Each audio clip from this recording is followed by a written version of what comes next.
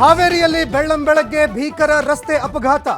ನಿಂತಿದ್ದ ಲಾರಿಗೆ ಟಿಟಿ ವಾಹನ ಡಿಕ್ಕಿ, 13 ಜನ ದುರ್ಮರಣ, 2 ಗಂಭೀರ ಆಸ್ಪತ್ರೆಗೆ ದಾಖಲು. ಸೂರಜ್ ವಿರುದ್ಧ ಅಸಹಜ ಲೈಂಗಿಕ ದೌರ್ಜನ್ಯ ಆರೋಪ. ಇಂದು ಮತ್ತೆ ಹಾಸನದಲ್ಲಿ ಸ್ಥಳ ಮಹಜರು ಸಾಧ್ಯತೆ. ಹೊಳೆನರಸೀಪುರದ ಕನ್ನಿಕಡದ ಫಾರ್ಮ್ ಹೌಸ್ನಲ್ಲಿ ಪಂಚನಾಮೆ. ದಕ್ಷಿಣ ಕನ್ನಡದಲ್ಲಿ ಮುಂದುವರೆದ ಮಳೆ ರಗಳೆ. 2 ದಿನದಲ್ಲಿ 7 ಮಂದಿ ಬಲಿ. ಸಮುದ್ರ ತೀರದ ನಿವಾಸಿಗಳಿಗೆ ಹೆಚ್ಚುತ್ತಿದೆ ಆತಂಕ. ರಾಷ್ಟ್ರ ರಾಜಧಾನಿ ದೆಹಲಿಯಲ್ಲಿ ಮಳೆಯಾರ್ಭಟ. ರಸ್ತೆಯಲ್ಲಿ ಮುಳುಗಿದ ಕಾರುಗಳು, ಸವಾರರ ಪರದಾಟ.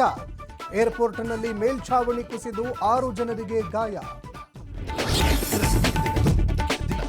ಟಿ20 ವಿಶ್ವಕಪ್ನಲ್ಲಿ ಫೈನಲ್ಗೆ ಭಾರತ ಎಂಟ್ರಿ. ಸೆಮಿಫೈನಲ್ನಲ್ಲಿ ಇಂಗ್ಲೆಂಡ್ ವಿರುದ್ಧ ಭರ್ಜರಿ ಜಯ. 2022ರ ಸೇಡು ತೀರಿಸಿಕೊಂಡ ಟೀಂ ಇಂಡಿಯಾ.